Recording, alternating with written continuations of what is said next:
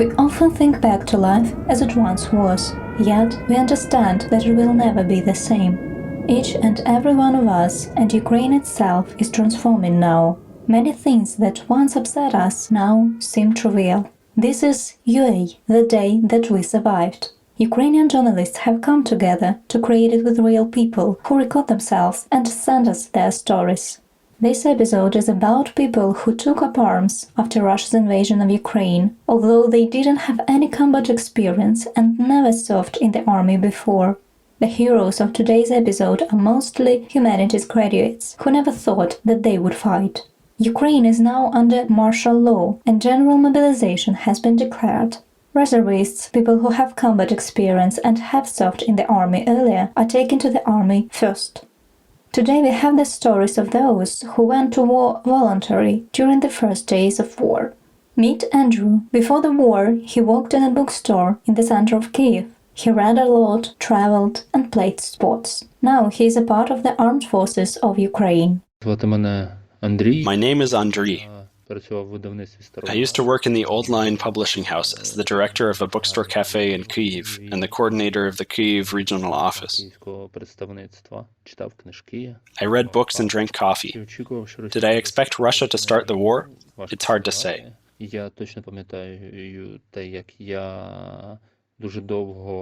I remember how I wanted to pack an emergency backpack, but never found the time for it. In the last week before the war, I bought gas cans, an axe, I don't know why, and dried food.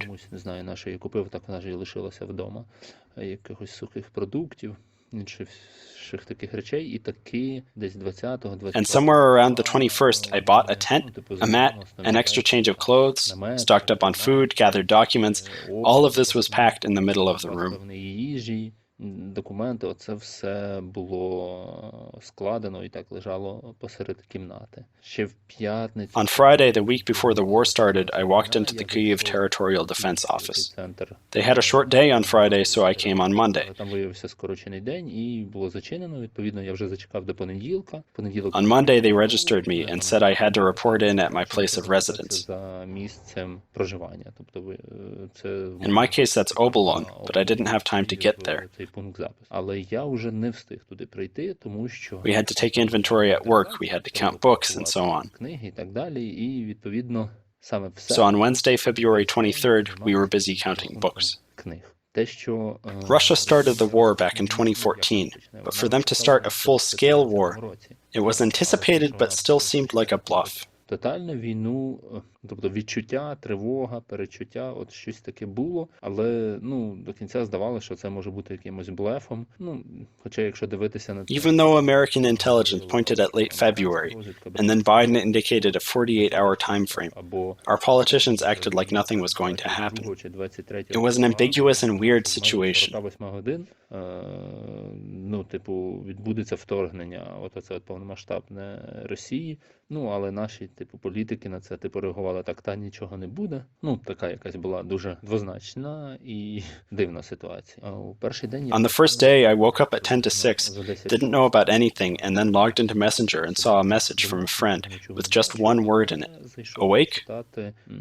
Месенджер відкрив і побачив там просто одне слово від свого друга, навіть без And I knew something had happened. І от я відчув, що щось сталося. От просто з цього одного слова. Далі я зайшов. I opened Telegram and everything after that was a blur. Що перетнули кордон. The border with Crimea crossed. Sumy, planes, air raids. Then I heard explosions and the windows started trembling. Потім я почув вибухи. Затряслися вікна, там підбіг до вікна і побачив. I ran to the window and saw a glow in the direction of Brovary. З боку броварів. Тобто все було в якому... There was no panic, but there was a certain confusion. I wasn't sure what to do, where to run. Але певна розгубленість відчувалася. Не було зрозуміло, що робити, куди йти, куди бігти і так далі. Ну, але I woke up my girlfriend and informed my bosses that the war had started. повідомив своєму там керівництву на роботі, теж виявилося, що це я їм повідомив. I even managed to get to work and unplug and hide the computers. Роботу, там, ну, якісь певні зробити речі, там, повимикати щось, можливо, з розеток, щось поховати, якісь там комп'ютери, ну, таке всяке відвіз. I drove my girlfriend to her parents. Then I came home, took my backpack with documents and a minimum of clothes, and went to the enlistment office. Тому що куди я мав йти? Я просто взяв рюкзака, в якому були там якісь там документи, гроші, дуже якийсь мінімум одягу, і пішов у найближчий військкомат. It wasn't much of a decision, rather an understanding that I didn't have much of a choice, У мене немає особливого вибору. Просто треба йти в військкомат. that I had to go to the enlistment office and defend the country, Близьких, рідних. my friends and family, my people, my cities. Все. I hadn't served as a conscript. In peacetime, I wasn't eligible for military service. До служби в армії, але But I thought that in the present moment, everyone had their place, especially if aggression is declared against all of Ukraine. Тим більше, що заявлена ця агресія, вона спрямована проти всіх українців, всієї України. В принципі, питання... The question is, either we'll live or they'll kill us all. Або, нас усіх знищать. That's their way of solving the Ukrainian question. So what's there to think about? People close to me worry, especially my parents and relatives. They often ask how I am, whether I'm alive. Well, I'm still alive on the 26th day of war. On the other hand, I'm not in the active combat zone. They ended up registering me as a volunteer in the armed forces of Ukraine. Так вийшло, що з військкомату мене записали добровольцем, записали в Збройні Сили України, в певну конкретну бригаду. З цього моменту... From that moment, I didn't have much of a choice about what to do, how and where to go. Тобто все визначають... Everything is decided by the commanders, and I am where I should be, where I'm directed, and I'm doing what I'm told. Направляють і роблю те, про що мені наказують. На жаль... Unfortunately or fortunately, I haven't seen an enemy yet, but I think there's enough for everybody. Думаю, що на всіх вистачить. Емоції... My emotions are on a very wide spectrum. Напевно, тому що On the one hand, I'm very sorry and very hurt for what they're doing to civilians. They destroy, plunder, and kill everyone on their way. Що вони роблять із мирними жителями? Просто знищують, просто знущаються, просто убивають всіх підряд, дітей, жінок, не кажучи вже про військових. Просто людей, які стоять в черзі, просто людей, які намагаються вийти. Just people standing in line or trying to escape through the so-called green corridors that they shell. Їх обстрілюють. Just people who want to get humanitarian aid because they have nothing to live on, who are fleeing from the war, hiding in bomb shelters. Це просто якийсь тотальний жах. І водночас... On the other hand, I feel an enormous hatred for the enemy. It's something inhuman and has no shades. Така невимовна лють, тому що це щось нелюдське. Це тут немає напівтонів. Це ж не ясно, що Путін... Of course it's Putin's fault, but it's not him dropping bombs on hospitals and schools. На садочки, на школи, на лікарні. It's not him pressing buttons on missile complexes. Не Путін стріляє, He doesn't install mines, and every one of those people is a tiny shard of this crazy maniac Putin. And this is really important to know. Маніакального, божевільного Путіна. І це насправді жахливо. Невідомо, як... Nobody knows how those people would live in this world after, and how we would live next to the country where almost everyone wants us to disappear and die. Існувати, якось розвиватися, жити поруч з країною, де практично кожен хоче... They want to rob us, annihilate us, destroy our cities, burn and turn everything to ashes. Пограбувати, знищити, зруйнувати наші міста, взірвати все, спалити і не залишити тут просто каменя на камені. So far, I haven't learned very much here. How to shoot, how to use an assault rifle and a machine gun and a grenade launcher. I haven't fired any of those yet, but they told us how to do it. Користуватися автоматом, кулеметом, ПКМом, гранатометом звичайним. Не стріляв, правда, з кулемета чи з гранатомета, але розказували, як це робити, як тримати, як заряджати, як розбирати. Also, I learned how to disassemble and clean an assault rifle, how to disassemble a machine gun. We've dug a lot and we dig a lot. I haven't dug this much in my entire life. Не копав. Також організація харчування, зокрема, мені так перепало. Right now, I'm tasked with food provision. Тим, щоб всі були... My job is for everyone to be fed and to have enough strength to keep digging. Це все, що треба копати. Якось так.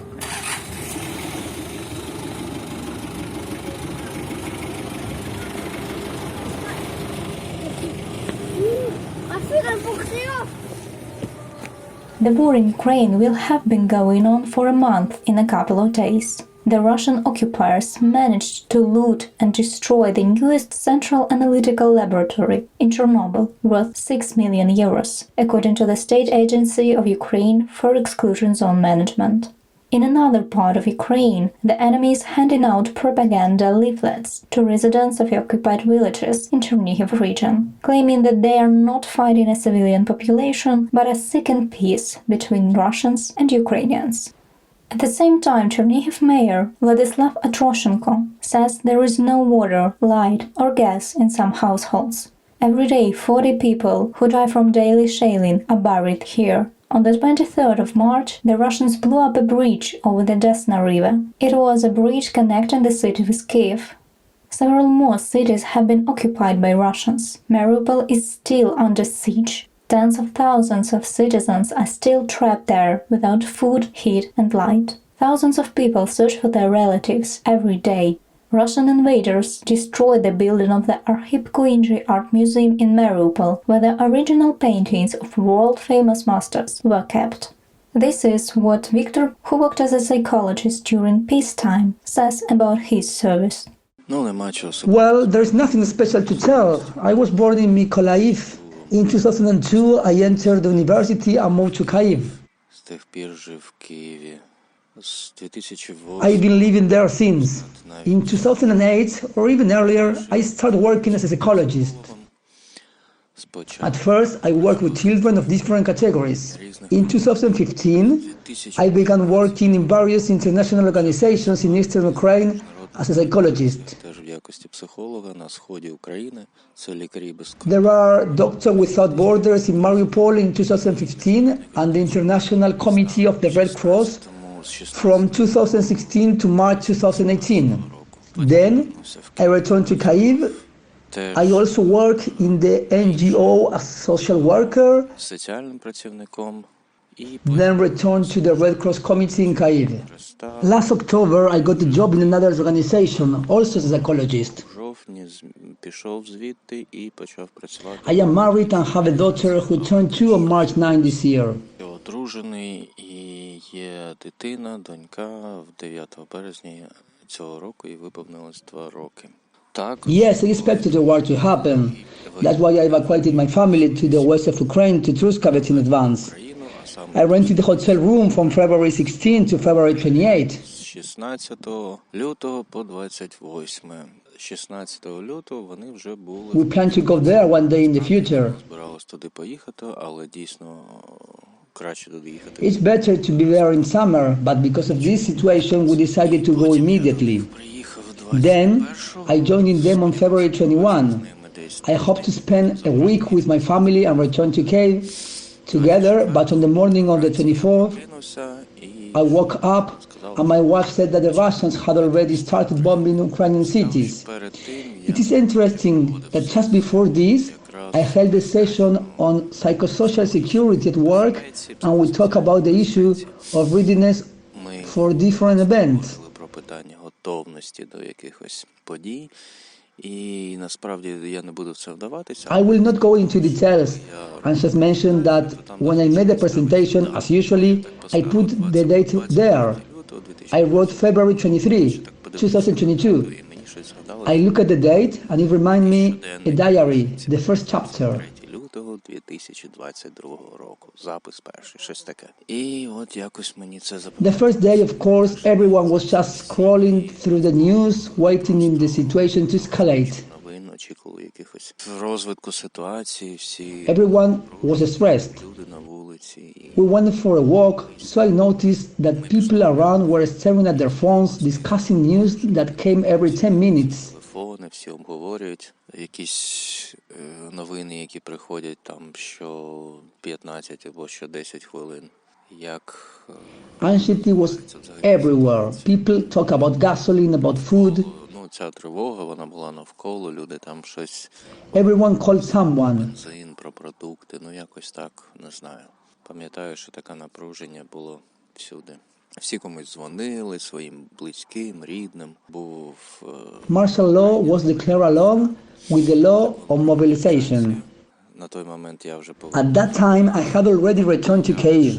I left my wife and the child in Truskavets. On February 26, I had a train ticket to Kyiv. Києва. І 27-го я So on the morning on the 27th, I arrived. це перша така довга комендантська година була введена, і потім This was the first day of an extended curfew. On the 27th, I went to the military registration and enlistment office to register there. I have no military experience. I did not serve in the army because I received a deferment as a teacher since I worked as a psychologist at the boarding school for children with mental disabilities in the past. But I had to react somehow. I knew the military registration and enlistment office was unlikely to take me, but I had to do it. It was my duty as a citizen. In the end, I was not even allowed to enter my district military registration and enlistment office. They told me to join the territorial defense, but they were not recruited at that time either. на той час нікого не набирали. So I started looking for volunteer projects that I could join as a psychologist. I completed the questionnaire on the website of the Kyiv City State Administration.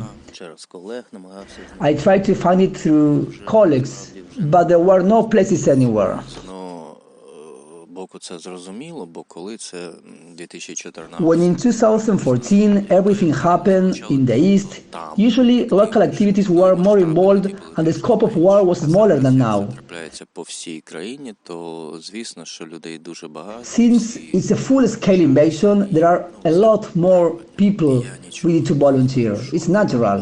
I didn't find anything, but I kept looking, working remotely at my current job. Then my mother-in-law joined my wife and daughter.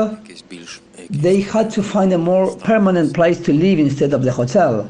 There was an option to go to Poland for them and stay with friends that were ready to host them. Бо вони писали, що готові прийняти, то треба було They had to get to Lviv first. приїхали до They arrived in Lviv, where a friend of mine met them and provided a temporary place. хворіли і дитина, і дружина, But they all got sick. і вони A child, a wife, and a mother-in-law. кудись їхали. They were no longer able to go anywhere. Поїзд I got on a train and came to Lviv. знайшов. I found an apartment. We settled down. Це якраз It was Saturday. субота. On Sunday, we moved to an apartment. And on Monday, I went to the military registration and enlistment office in Lviv. Львові. Там мене зареєстрував I was registered there and got mobilized in a day. військкомат. Через I had to take the child to the hospital, so I asked for one extra day. лікарню, і тому On that day, I came with my belongings. People gathered at the military registration and enlistment office. зібрали людей з військкомату, посадили, сів разом We were taken by bus to the military base where we start our service in the armed force of Ukraine. військовослужбовців ВСУ. This is how Victor's family responded to his decision. З розумінням, Relatives took it with understanding. There were no tantrums or worries. It was natural. I was even amazed that everything was clear to everyone and even to myself. тобто тут There were no hesitations because I was not a job choice. води. Це був It was my way. шлях, і могло статися так, щоб мене And it could have happened that they wouldn't have taken me at all. They could have said, go back, have a rest. You will be in reserve or do something else. But no, it happened as it happened. And so, this is also something very natural. I'm here for just 4 days. There is not much training here. At the moment we are focused more on organization things.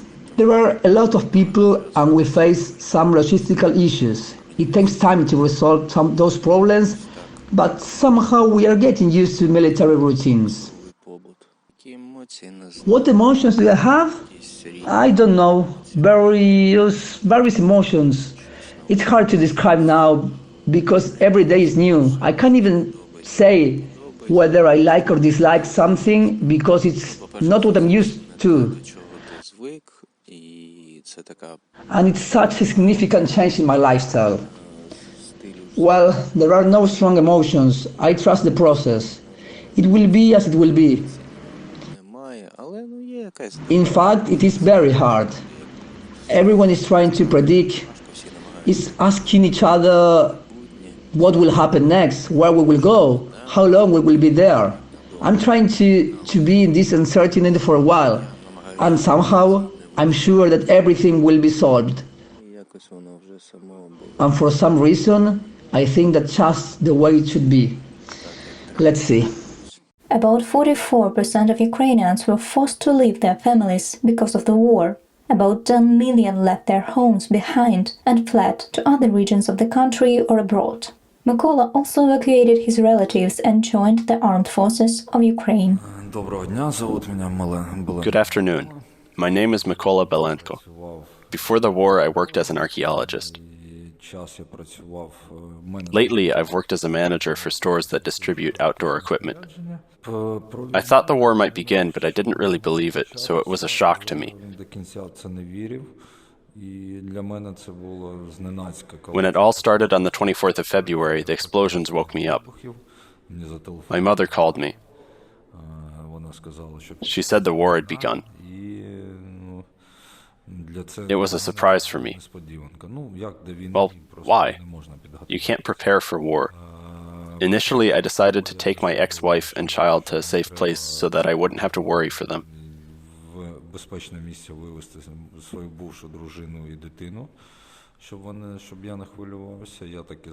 I did so. It took me the first 4 days.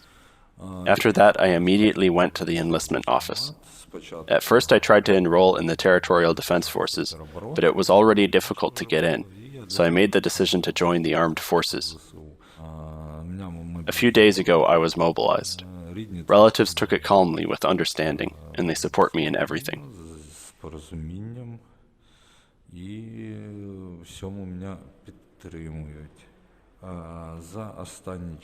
Lately, I've learned to, you could say, survive at war, to stay calm and to keep a cool head to succeed.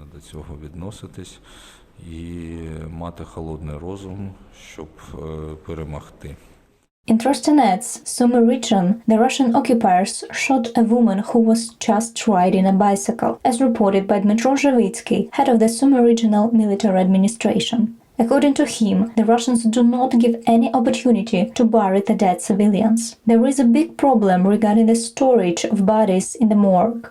Women give birth at home because there is no way to get to the hospital. The hospital was repeatedly shelled, Zhevitsky said. British Defense Intelligence claimed that Russia will probably employ even more violent methods against peaceful Ukrainian civilians in the temporarily occupied settlements.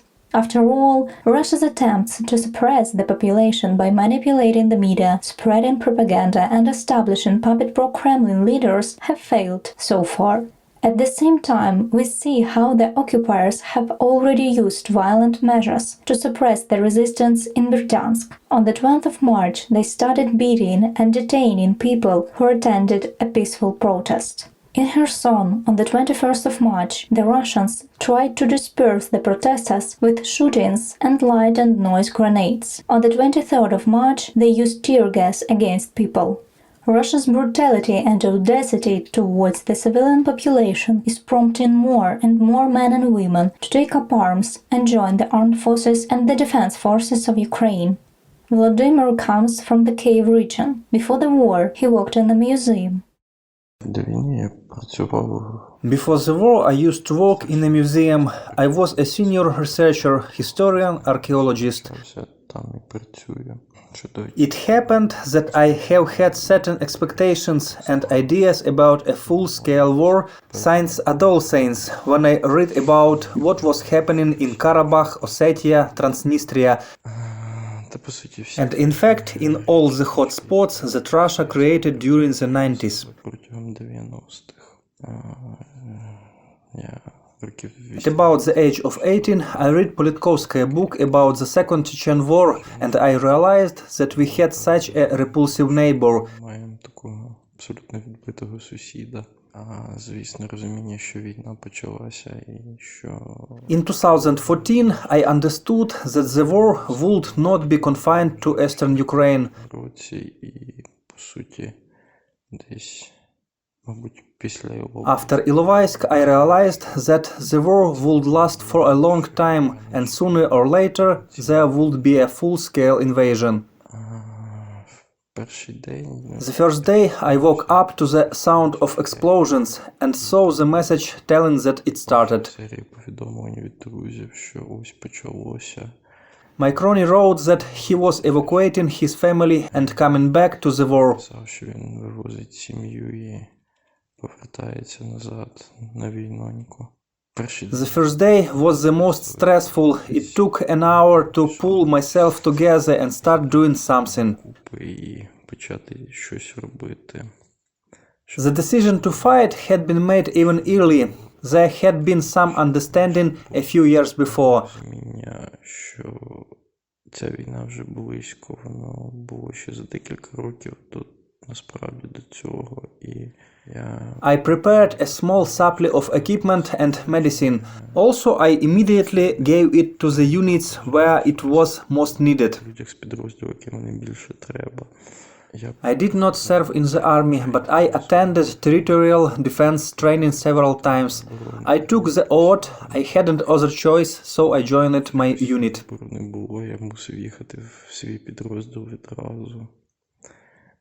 My family took it easy. At least they try not to tell me every day how scared they are.